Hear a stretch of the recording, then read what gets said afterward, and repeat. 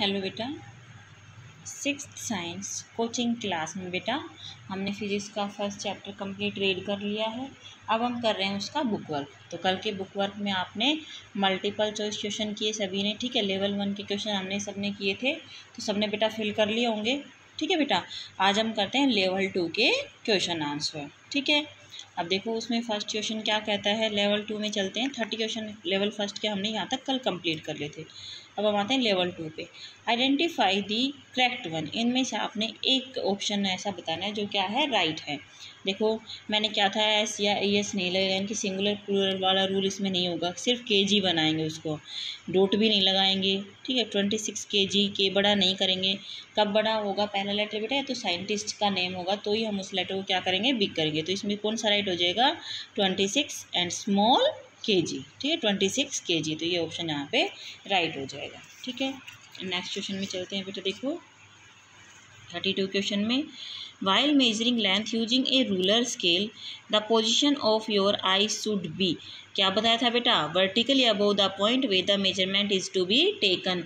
जिस लाइन पे हम मेजरमेंट कर रहे हैं उसके बिल्कुल ऊपर हमारी क्या होनी चाहिए, आई होनी चाहिए। ना हम इधर देखेंगे ना इधर देखेंगे, ठीक है बेटा। The scale of estimation is important for. अगर हम एस्टिमेट करते हैं, किसी चीज़ का अंदाज़ा लगाते हैं, तो उसके लिए क्या ज़रूरी है बेटा, all of us in our daily life, ठीक है। जो हम हमारी डेली लाइफ में, डेली रूटीन में जो चीज़ें करती हैं उनमें सब में एस्टिमेशन लगाना ज़रूरी है, ठीक है। अगर हमें अंदाज़ा नहीं होगा, एस्टिमेट नहीं कर पाएंगे, तो हम किसी भी चीज़ को अच्छे से नहीं कर सकते। इसलिए डेली लाइफ में एस्टिमेशन क्या है, बहुत ज़रूरी है। नेक्स्ट क्वेश्चन देखो, मिल्क वॉल्यूम, वेजिटेबल को क्या करेंगे, ये हमें बताना है। फीवर किससे मापा जाता है, टेम्परेचर, यानी कि अगर बुखार हो गया तो आपका टेम्परेचर क्या मिलता है, हाई मिलता है, ठीक है। मिल्क होते हैं उसकी वॉल्यूम मापते हैं, 1 लीटर 2 लीटर। इसी तरह वेजिटेबल्स होते हैं, उनको क्या बोलते हैं, 1 किलो 2 किलो। केजी किसके लिए आता है, मास के लिए। तो हो गया अपना, देखो इजी है ना। मिल्क को लीटर में मापोगे, लीटर यानी कि वॉल्यूम हो गया। फिर आप टेम्परेचर में माप लो कि आपको 104 डिग्री टेम्परेचर है, आपको फीवर है, ठीक है। ऐसे ही वेजिटेबल यानी कि आप कितने किलो, किलो किसके लिए यूज़ करते हो, मास के लिए, वेट के लिए। तो यहाँ पे ऑप्शन हो गया आपका मास, राइट।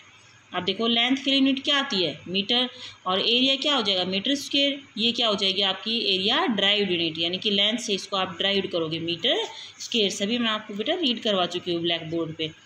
आगे देखो लेंथ मीटर, मास किलोग्राम, टाइम सेकेंड। तो नेक्स्ट क्या बचता है, देखो ऐसी रिलेशन, टेम्परेचर को किससे मापते हैं बेटा, केल्विन में। हो गया, सारे क्या हैं, ये एसआई यूनिट हैं, इसलिए यहाँ पे क्या आएगा, टेम्परेचर, क्योंकि वरना तो टेम्परेचर को सेल्सियस में भी मापते हैं, फ़ारेनहाइट में भी मापते हैं, लेकिन यहाँ पे सारे एसआई यूनिट है, तो हम ये भी क्या बोलेंगे, केल्विन क्या है यहाँ पे, ये एसआई यूनिट। नेक्स्ट क्वेश्चन देखते हैं, quartz clocks are more accurate than pendulum clocks. Quartz clocks are periodic motion of the simple pendulum for the measurement of the time. क्या बोलता है, देखो S1 and S2 are correct and S2 is the correct explanation of S1। क्या बोला बेटा, देखो दो statement दे रखी है अपने पास, S1 एंड S2। क्या कह रहा है, क्वार्ट्ज क्लॉक थी, वो क्या थी, पेंडुलम क्लॉक से ज़्यादा एक्यूरेट है, ठीक है, ज़्यादा अच्छा, यानी कि जो आप सैंड डाल दोगे उसमें बोतल में और आपको अपसाइड डाउन उनको करते रहना है, 24 आवर्स में वो कंप्लीट जो सैंड हो दूसरे पोर्शन में चला जाएगा। मैंने आपको क्लियर कर दिया था बेटा ये सब चीज़ें। अब क्वार्ट्ज क्लॉक क्या करते हैं, पीरियोडिक मोशन देती हैं वो, ठीक है। पीरियोडिक मोशन यानी कि वो अपना एक चक्कर उसी टाइम पीरियड के अकॉर्डिंग कंप्लीट करती हैं, इसलिए मेजरमेंट क्या होती है, एक्यूरेट होती है। यानी कि दोनों सही हैं, और दूसरा क्या करता है, पहले की सही से एक्सप्लेन करता है, ठीक है। Which one of these use wind energy to move from one place to another. एक प्लेस से दूसरे प्लेस पर जाने के लिए इनमें से कौन सा वाइंड एनर्जी यानी कि हवा को यूज करता है, सेलिंग याज, ठीक है। जैसे हम क्या बोलते हैं, पानी के जहाज बोलते हैं, ऐसे सेलिंग याज। नेक्स्ट क्वेश्चन देखते हैं बेटा। देखो 39 question, while measuring the length of a cubic box reading at one end is 2.5 centimetre and the other end is 7.5 centimetre, the length of the box is. देखो बेटा मैंने ये हो गई अपनी कोई लाइन, ठीक है। हमने बोल दिया ये क्या है, यहाँ का वोर्न आउट पोर्शन है, टूटा हुआ हिस्सा है, यानी कि रीडिंग कहाँ से स्टार्ट हो रही है बेटा, 2.5 से, और कहाँ पे जाके ख़त्म हो रही है आपकी रीडिंग, 7.5 पे। तो बॉक्स की लेंथ क्या है, जो फाइनल है उसमें से क्या माइनस कर दोगे आप बेटा, इनिशियल, 7.5 माइनस 2.5 कितना आ जाएगा आपका, 5.0 सेंटीमीटर। ठीक है, ऐसे ही मान लो आपकी कोई लाइन मापनी है आपने, 10 सेंटीमीटर की लाइन है और जो पहले 2 नंबर है वो कटिंग है, तो आप किससे स्टार्ट करोगे बेटा, 2 से स्टार्ट करोगे और 12 तक जाओगे तो हो जाएगा आपका 10 सेंटीमीटर। तो ऐसे यहाँ पे हमने किया 2.5 से लेके 7.5 पर चलेगा, तो टोटल क्या हो गई अपनी बीच की, इनके बीच की दूरी कितनी है आपकी 5 centimetre. Every measurement has, measurement के कितने पार्ट होते हैं बेटा, एवरी मेजरमेंट हैज 2 पार्ट्स। ठीक है, आगे चलते हैं, क्वेश्चन देखो, which type of motion is shown in figure, इस फिगर में कौन सा मोशन है वो दिखाया गया है, वाइब्रेशनल मोशन, एक kind of periodic motion, vibration motion दिखाया गया है जो क्या है, एक पीरियोडिक मोशन का टाइप है।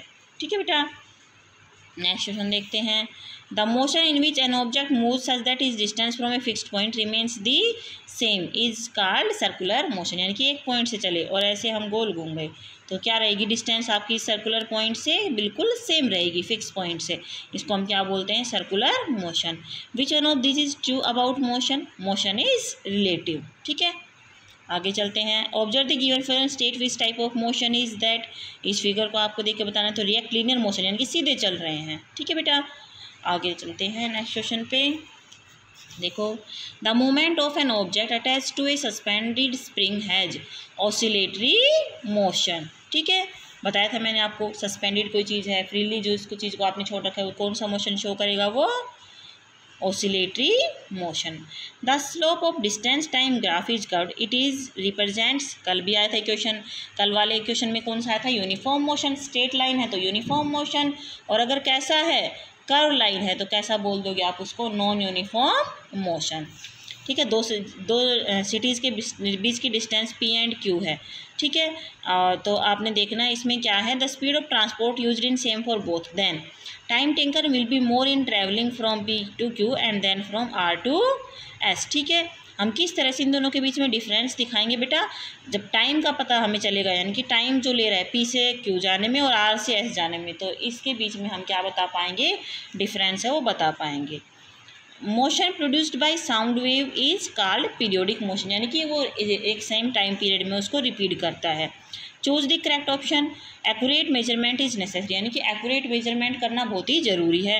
एस्टिमेशन इज नेसेसरी, और मापना भी जरूरी है, यानी कि जब तक आप अंदाज़ा नहीं लगाओगे किसी चीज़ को, जिसको अबाउट टू नहीं करोगे तो चीज़ राइट नहीं होगी, यानी कि दोनों एक दूसरे को डिपेंड करते हैं, दोनों सिचुएशन।